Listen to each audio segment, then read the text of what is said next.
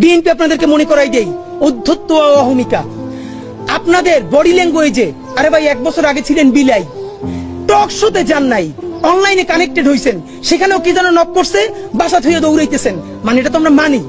এর মানে আপনারা বিলেই তো ছিলেন। এখন আপনি বাঘ হয়ে উঠছেন, সেই বাঘের কণ্ঠ কার সাথে দেখাইতেছেন? এই দেশের নিরীহ মানুষের সাথে। আওয়ামী লীগ কয়টা ধরে শেষতে পারছেন? কয়টা আওয়ামী লীগের বিরুদ্ধে অ্যাকশনে যাইতে পারছেন? কোটি কোটি টাকা খায় ওই হাজিবুর সেলিমের লোক স্টেজে উঠান। অধ্যত্ত আর অহমিকা আপনারা এইবার লাস্ট চান্স, যদি বাদ দিতে না পারেন আপনাদের দেশে আর কোনো রাজনীতি থাকবে না, মানে থাকবে না, মনে রাখেন। চূড়ান্ত অধ্যত্ত এবং অহমিকার সিম্বল ছিল শেখ হাসিনা। শুধু তার পদত্যাগ না, পতন হয়েছে, দিল্লিতে গিয়ে লুকাইতে হয়েছে। সুতরাং আপনারা তো তার ধারে কাছেও না। সালাউদ্দিন ভাই থেকে শুরু করে অন্যান্যরা সংস্কার কমিশনে যেই গার্ডস নিয়ে, যেই অ্যাটিটিউডে কথা বলেন, আমরা আহত হই। আমরা আপনাদেরকে শ্রদ্ধা করতে চাই। সালাউদ্দিন ভাই, আপনি গুম ছিলেন, বিএনপির কত মানুষের জীবন মেসাকার হয়ে গেছে, তাদেরকে ইন্টারভিউ করে দেখেন। প্রত্যেকটা মানুষ বিএনপির এই আচরণে, যারা বিএনপির জন্য জীবন দিছে, তারা আহত, তারা কাউরে বলতে পারে না। আমাদেরকে অগণিত বিএনপি কর্মীরা ধরে বলে, ভাই আপনারা যেটা বলেন এইটা শতভাগ সত্য, একটা দলের কাঠামোর মধ্যে আছে, বলতে পারতেছি না, কিন্তু এভাবে নেওয়া যায় না। আপনারা কাদেরকে বুদ্ধিজীবী বানাইছেন? তো এই অধ্যত্ত আর অহমিকা থেকে বের হন। নাম্বার 2, এর কথা না বললেই না, বললে খুব মানে এটা ছোট মনে হয়, তবুও এই যে যুবদলের নয়ন সাহেব, এর কাজই হইল সম্ভবত উনি বিএনপির থাপড়ানো বিষয়ক সেক্রেটারি। যারে ভাই তার থাপড়ায় কি অ্যাটিটিউড ভাই! বিএনপির বিরাট সমাবেশ, সে হাঁটতেছে, সামনে একজন আইসক্রিম আলা সমানে থাপড়াইতেছে। ওমা কি আনন্দ! স্টেজের সামনে এক ভদ্রলোক তার মাথার উপর থাপ্পড় দিতেছে। ব্যাপার হলো যে সে থাপড়াইতেছে, এইটা ভিডিওতে মানুষ মিডিয়ায় দেখতেছে। বিএনপি এইটার বিরুদ্ধে কোনো অবস্থান নিছে? অফিসিয়ালি তারে বলছে যে এরকম থাপড়াথাপড়ি সে কেন করে? সে এটাকে এনজয় করতেছে। এর মানে হলো বিএনপির বিরুদ্ধে আমরাও যদি বলি, আমাদেরকে এরকম থাপড়ানো হবে।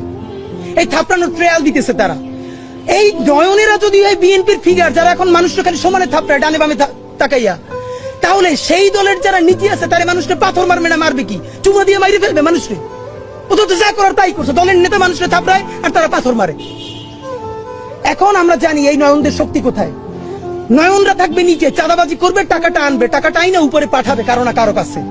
তারা হবে ভদ্র সুশীল, তারা মব করবে না, ইংলিশে কথা বলবে। আর নয়নরা নিচে চাঁদাবাজি করে উপরে দল চালাবে।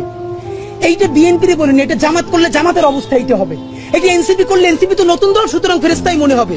আমরা এনসিপিরও বুঝতে পারবো সে আসলে বিএনপির মতো ক্ষমতায়িত হইলে আসলে সে কি করে। সুতরাং যুবদলের ব্যাপারে এটা মবের বয়ান। আপনাদেরকে একটা বলি, থানা ঘেরাওর কথা বলেছি। এখন যেটা সব থেকে কনসার্ন, আমরা যতবার নির্বাচন নিয়ে কথা বলেছি, আমাদেরকে বলেছে আমরা নির্বাচন চাই না। আপনারা নিজেরা কেউ বুকে হাত দিয়ে বলতে পারবেন যে এই যে অবস্থা বর্তমান দেশে চলতেছে, ভাবেন প্রকাশ্য দিবালোকে পাথর মেরে মানুষ মারা হচ্ছে, এই ভিডিও কোনো মিডিয়াতে আসে নাই। তৃতীয় দিনে যখন সোশ্যাল মিডিয়া আসলো, তারপরে একটা প্রেসার তৈরি হলো, এখন গ্রেফতার হচ্ছে ঢাকায় প্রকাশ্য দিবালোকে। এই পুলিশের গার্ডস নিয়ে, এই আমলাতন্ত্র নিয়ে, এই সরকার নিয়ে এই দেশে কি নির্বাচন হবে?